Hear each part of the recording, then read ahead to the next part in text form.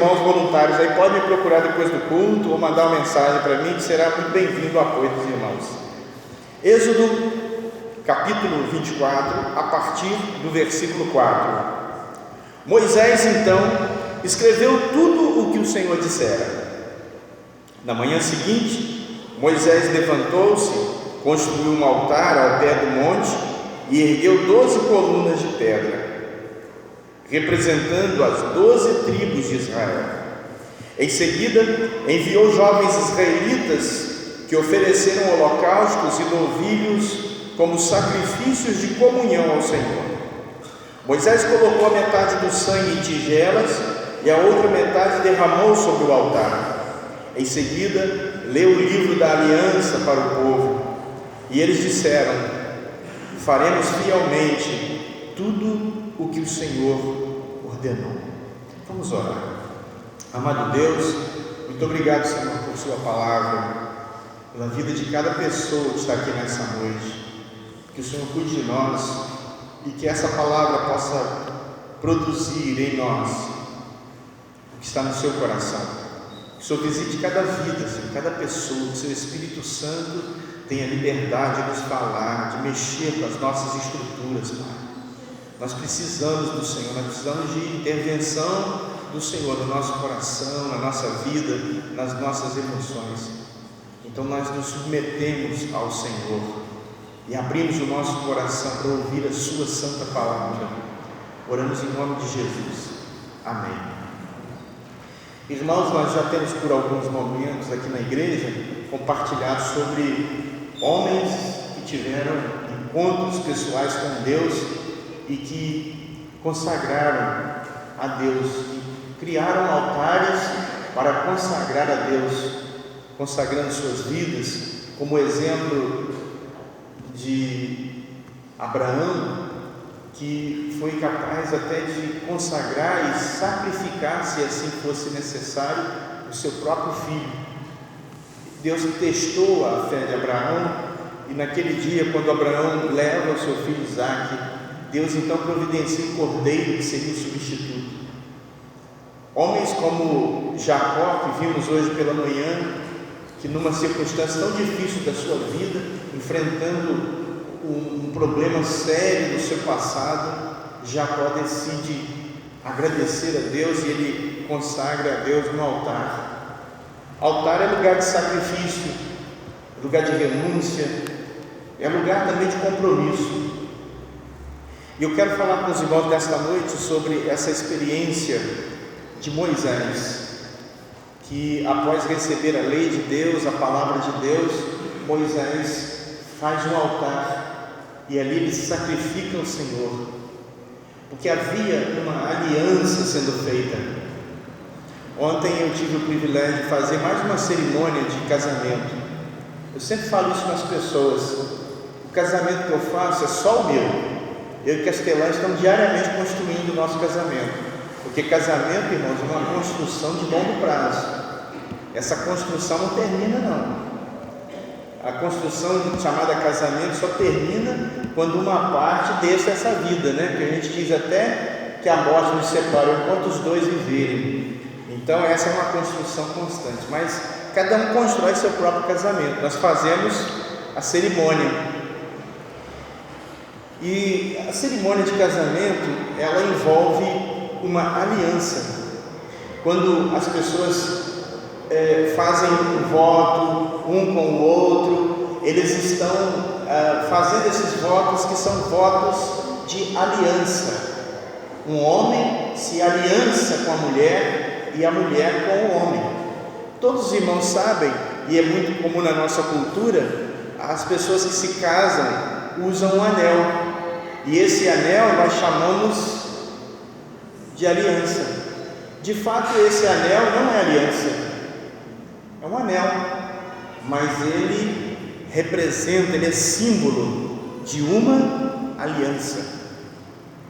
E quando Deus fez, depois do dilúvio, Deus então fez uma aliança com Noé. E na aliança que Deus fez com Noé, Deus colocou um sinal, um símbolo, que é o arco-íris. o arco-íris é uma lembrança. Os irmãos já perceberam, sabem todos disso, que o arco-íris vem logo depois da chuva. Logo depois da chuva, o sol se abre e aquele lindo arco-íris. Tem um tempão que eu não vejo o arco-íris, né? Mas ali está, o arco-íris como para lembrar que Deus não mais destruirá a terra com um dilúvio. Então é o símbolo de uma aliança. O altar, o sacrifício no altar é demonstração de compromisso, de aliança. E Moisés então, depois de ter escrito tudo o que o Senhor dissera, diz o versículo 4, na manhã seguinte ele se levantou e construiu um altar ao Senhor. Aos pés do monte Sinai, Moisés constrói um altar ao Senhor. Ele constrói o altar e nesse altar Moisés sacrifica a Deus. Nesse altar Moisés convida todo o povo para consagrar sua vida a Deus. E é curioso, irmãos, que logo depois de apresentar a lei do Senhor e as palavras do Senhor ao povo, eles então oferecem aquele sacrifício, fazem o sacrifício. No versículo 7 diz que em seguida leu o livro da aliança para o povo. Logo depois de fazer o sacrifício, de agradecer a Deus por aquilo que Deus estava fazendo na vida deles, Moisés lê a palavra de Deus para o povo. Todo o povo escuta a lei de Deus. E olha, meus irmãos, como vocês podem ver no versículo 7, o que eles disseram, depois de ouvir a leitura da palavra de Deus, disseram: faremos fielmente tudo o que o Senhor ordenou. Nós vamos fazer isso, nós vamos obedecer essa palavra de Deus, porque essa palavra de Deus é boa para nós. E o povo estava dizendo ali diante do altar de Deus que eles estavam dispostos a firmar naquele dia uma aliança com Deus. O altar é o lugar de você firmar aliança. Nenhuma pessoa pode dizer que é de Deus se não se entrega totalmente a Deus. Eu ouço muitas pessoas dizerem assim: eu tenho Deus na minha vida, eu tenho Deus no meu coração. Então eu vou fazer uma pergunta para você que diz ter Deus no seu coração. Deus tem você? Você parou para pensar nisso? Às vezes dizemos que temos Deus, mas não nos oferecemos a Deus. Nós queremos ter Deus como uma propriedade espiritual nossa, mas nós não nos consagramos a Deus como Ele requer, porque Deus quer o nosso coração. O maior sacrifício que Deus requer de nós é sacrificarmos, consagrarmos a nossa própria vida a Ele. É isso que Deus quer. E eu gostaria de encorajar você a abrir a sua Bíblia, lá no livro que escreveu o profeta Isaías. Isaías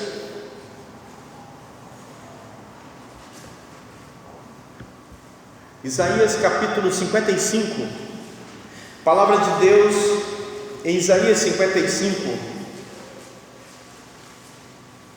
a partir do versículo 3.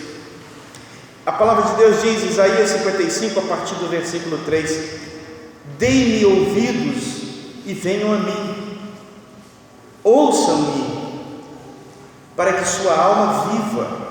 Farei aliança eterna com vocês. Eu estou lendo na Nova Versão Internacional. Deus está dizendo: venham a mim, deem ouvido ao que eu estou dizendo, ouçam-me e a vossa alma viverá. Eu farei com vocês uma eterna aliança, a minha fidelidade prometida a Davi. Vejam o que eu fiz, diz o versículo 4, uma testemunha aos povos, um líder e governante dos povos. Agora lá no versículo 6, irmãos, de Isaías 55, a palavra de Deus diz: busquem ao Senhor enquanto é possível achá-lo, clamem por Ele enquanto está perto. A versão antiga dizia: buscai ao Senhor enquanto se pode achar, invocai-o enquanto está perto. Deus está aqui, irmãos, amém? Ele está presente, Deus se importa comigo, com os irmãos, Deus tem interesse em se relacionar conosco. O Deus eterno quer uma aliança conosco. Ele expõe a sua palavra, expõe sua vontade, expõe o seu amor, o seu cuidado, e Ele está nos chamando. Busquem ao Senhor, buscai ao Senhor enquanto se pode achar. O Senhor está dizendo: busquem-me enquanto vocês me podem achar, invoquem-me enquanto eu estou perto. Perto está o Senhor, irmãos. E o Deus eterno quer se relacionar conosco. E Deus está nos convidando para um passo de fé. O Senhor está nos convidando para nos aproximarmos dEle. Olha o versículo 7 que diz: que o ímpio abandone o seu caminho e o homem mau os seus pensamentos. Volte-se para o Senhor, que terá misericórdia dele. Volte-se para o nosso Deus, pois Ele dá de bom grado o seu perdão. Deus está chamando as pessoas para virem até Ele está chamando e está dizendo: eu vou perdoar, eu vou restaurar, eu vou fazer coisas novas, eu vou dar novas direções para a vida daqueles que vêm a mim. Buscai ao Senhor enquanto se pode achar. Jesus disse: vinde a mim, todos vós que estáis cansados e sobrecarregados, e eu vos aliviarei. Jesus está chamando as pessoas a Ele. O Deus eterno está convidando as pessoas a irem até Ele. Ele está dizendo: eu posso fazer isso. E o versículo 8 diz: pois os meus pensamentos não são os pensamentos de vocês. Às vezes, irmãos, as pessoas pensam coisas sobre Deus que só existem na cabeça da pessoa, não são realidades, não são verdades. E é admirável às vezes ouvir alguém dizer assim: eu tenho Deus de acordo com o meu pensamento. Será que Deus Ele é de acordo com o nosso pensamento? Ele é o que é por causa do nosso pensamento? Ou Deus é eterno, Criador do céu e da terra, todo-poderoso? O Salmo 121 diz: eleva os meus olhos para os montes, de onde me virá o socorro? E ele responde: o meu socorro vem do Senhor, que fez o céu e a terra. O salmista reconhece a grandeza de Deus, e o salmista sabe que o Deus que fez o céu e a terra é maior que ele mesmo, que o Deus que fez os céus e a terra é maior que as lutas dele, que o Deus que fez os céus e a terra se importa com ele. Ele não diz: elevemos os nossos olhos aos montes, elevamos nossos olhos aos montes. Não fala no plural, é no singular, na primeira pessoa. Eu elevo os meus olhos. O sujeito está oculto. Nem sei se no português ainda usa essa terminologia, mas eu elevo. Uma característica muito curiosa de alguns outros idiomas, e é o francês, que o francês usa muito o pronome pessoal. Você diz eu várias vezes numa frase. Então, aproveitando isso, eu elevo os meus olhos para os montes. Eu sei que o meu socorro vem do Senhor. Eu sei que o Senhor fez os céus e a terra.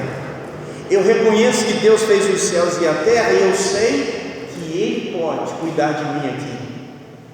Eu sei que o Senhor fez os céus e a terra, e que os seus pensamentos, aí voltando a Isaías 55, os seus pensamentos são maiores que os meus.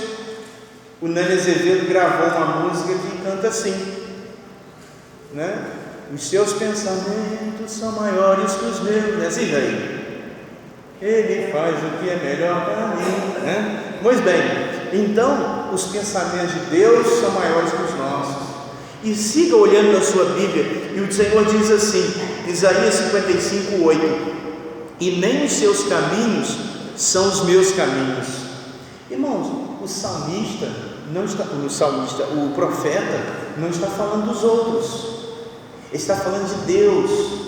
E Deus ele está falando em si mesmo, ele está falando de Deus, ele está usando uma expressão de Deus. Quando Deus diz: os meus pensamentos não são os pensamentos de vocês, nem os meus caminhos são os seus caminhos, declara o Senhor. Aí o versículo 9 diz: assim como os céus são mais altos do que a terra, também os meus caminhos são mais altos do que os seus caminhos, e os meus pensamentos mais altos que os seus pensamentos. Assim como a chuva e a neve descem dos céus e não voltam para eles sem regressarem à terra e fazerem brotar e florescer, para ela produzir semente para o semeador e pão para o que come, assim também ocorre com a palavra que sai da minha boca. Ela não voltará para mim vazia, mas fará o que desejo e atingirá o propósito para o qual enviei. Ora, meus amados, os caminhos do Senhor são maiores do que os nossos, os pensamentos do Senhor são mais altos do que os nossos. Os planos de Deus para nós são melhores do que os nossos. E por isso, naquele dia, Moisés, no monte, aos pés do monte Sinai, erigiu um altar ao Senhor e convidou o povo para se voltar para Deus. Quando nós submetemos a Deus a nossa vida muda para melhor ou para pior? Para melhor. Não vai ser fácil, mas é melhor, porque quando nós estamos no caminho do Senhor, nós estamos no caminho certo. O Salmo 1, os irmãos podem conferir, o Salmo 1, lá no seu, quase no finalzinho do Salmo, a palavra de Deus já diz assim, no penúltimo versículo, o versículo 5, por isso, Salmo 1, versículo 5, por isso os ímpios não resistirão no julgamento, nem os pecadores na comunidade dos justos, pois o Senhor aprova o caminho do justo, mas o caminho do ímpio leva à destruição. A versão antiga diz: o Senhor conhece o caminho do justo, mas o caminho do ímpio perecerá. O que eu quero convidar você que ouve a palavra de Deus nessa noite: faça uma aliança com Deus, consagre a Deus sua vida e o seu melhor, sua vida, seus bens, sua vida, seu tempo, consagre ao Senhor. Não coloque outras coisas no lugar de Deus em sua vida. Essa semana eu ouvi uma história que me chamou muita atenção. Não memorizei todos os detalhes da história, mas um pastor estava na sua igreja e eles estavam passando por um momento lá em que a igreja estava precisando que os irmãos dessem uma oferta para eles manterem um programa de rádio. A igreja não estava em condições de continuar pagando aquele programa de rádio naquela época, era importante para a igreja. Então o pastor pediu aos membros da igreja, de uma igreja interiorana, que os irmãos dessem uma oferta para sustentar o programa. E uma irmã muito pobre, morava na roça, o casal era meieiro. Os irmãos sabem que é um casal, o pessoal meieiro. Meieiro é aquele que planta na propriedade do outro e quando colhe, a metade é do dono da propriedade, a outra metade é dele. Então esse casal era meieiro, eles iam e voltavam para a igreja a pé, andavam lá os seus 6 quilômetros a pé para ir à igreja e voltar. E quando eles estavam indo para casa, a mulher falou com o marido: olha, amor, o pastor falou hoje lá que está precisando de uma oferta para esse programa, para manter esse programa, não pode parar, e nós vamos dar uma oferta. Aí o marido disse: mas o que nós temos? Nós não temos nada. Ela falou: vamos orar para Deus mostrar para a gente o que a gente pode, mas não pode ser qualquer coisa não, tem que ser o nosso melhor. Aí ela dormiu com aquilo, orando. No dia seguinte ela acordou, chamou o marido e falou: amor, eu já sei o que nós vamos doar. Ele falou: o quê? O nosso melhor. O que é o nosso melhor aqui? Ele falou assim: só se for o galo. Aí ela falou: ele mesmo, o nosso melhor, nós só temos esse galo, e esse galo é muito bom. Eles tinham muitas galinhas e um galo, e esse galo é excepcional, então nós vamos doar esse galo. Era o melhor deles. Pode parecer até engraçado para os irmãos, né? Porque é uma coisa tão de pouco valor, mas para eles era o melhor deles. Vocês se lembram da viúva pobre que doou uma pequena moeda e o Senhor disse que a oferta daquela mulher era maior do que todos? Porque proporcionalmente ela deu tudo o que tinha, ela deu o seu melhor. E então essa história é muito interessante, que essa senhora doou o galo. Aí conta a história que eles, naquele mesmo dia, pegou o galo e levaram o galo na casa do pastor. Chegou na casa do pastor, chamou, o pastor atendeu: pastor, vim trazer o nosso melhor. Ah, irmão, muito bem. O pastor todo alegre, né? Assim, ó, ajudar no programa, né? Assim. Aí tá aqui, pastor, o galo. Ó, agora o mundo que o galo faz. Entregou o galo na mão do pastor. O pastor agradeceu, entrou para dentro de casa, botou a mão na cabeça: o que eu vou fazer com esse galo agora? Para ela, o galo era muito importante. Mas o pastor: eu vou vender esse galo, que diferença vai fazer esse galo no programa de rádio? Quase nenhuma. O pastor então teve uma ideia, botou o galo lá no quintal, fotografou o galo, contou a história e botou lá na internet, contando a história da irmã que doou o seu melhor, e o melhor dela era um galo que ela tinha no quintal. E pedindo às pessoas da igreja para fazer sugestão: como é que vamos fazer com esse galo? Vamos fazer uma rifa? Não, rifa não fica bem, né? Igreja fazer rifa, não. A gente fala contra o jogo de azar, então não faz rifa, porque aí é contradição. O que nós vamos fazer? Vamos fazer um bingo? E bingo também é um jogo também, não vamos fazer bingo não. Ou ficaram lá e pediu ajuda das pessoas. E as pessoas começaram a botar ideia lá para o pastor, que fazer com o galo, e essa história é verídica. Aí lá pelas tantas, o pastor Jeremias Pereira, que é pastor da 8ª Igreja Presbiteriana de Belo Horizonte, ele viu, mostraram para ele lá esse artigo lá do pastor do galo. E o pastor Jeremias achou interessante a disposição daquela irmã de doar o seu melhor, e o melhor dela era uma coisa tão simples, mas foi tão sincera a sua doação que tocou no coração dele. O pastor Jeremias então resolveu falar com a sua igreja lá em Belo Horizonte, uma igreja grande, com muitas pessoas, com muitas congregações. Então ele falou, aquele povo então se sensibilizou com a história e falou assim: nós vamos ajudar essa igreja. Levantaram uma oferta, e a oferta não foi apenas para um mês de programa, mas foi para um ano inteiro de programa. E está resolvido o problema. O pastor Jeremias vai fazer uma pregação nos Estados Unidos, em algumas igrejas lá dos Estados Unidos. Ele chega lá nos Estados Unidos, vai pregando, e ele conta essa história. E o pessoal de lá fica muito feliz em ver que essa mulher teve a disposição de sacrificar o seu melhor a Deus e colocar ali no altar de Deus. E então a igreja lá, o pessoal dos Estados Unidos, chamaram o pastor Jeremias e perguntaram: mas essa irmã, ela doou o galo dela, e as galinhas ficaram sem galo, porque galinha precisa do galo, né? As galinhas sem galo no quintal ficam tristes. Então, o que vamos fazer? Eles pensaram assim: vamos ver o que essa irmã precisa. O que ela precisa, pastor? Falou: ela não tem geladeira em casa. E lá tem energia elétrica, mas ela não tem condições de comprar uma geladeira, não, uma geladeira. Aí compraram a geladeira e um fogão para a irmã lá. Lá dos Estados Unidos fizeram a doação, o pessoal da igreja comprou e colocou lá para ela, geladeira e fogão. Ele foi em outra igreja pregar e contou a história, o povo se sensibilizou também. E pensaram assim: mas como é que é lá? Ela vive na propriedade de outra pessoa? Contaram para ela. Eles falaram assim: vamos comprar essa propriedade e vão doar para ela. Sério?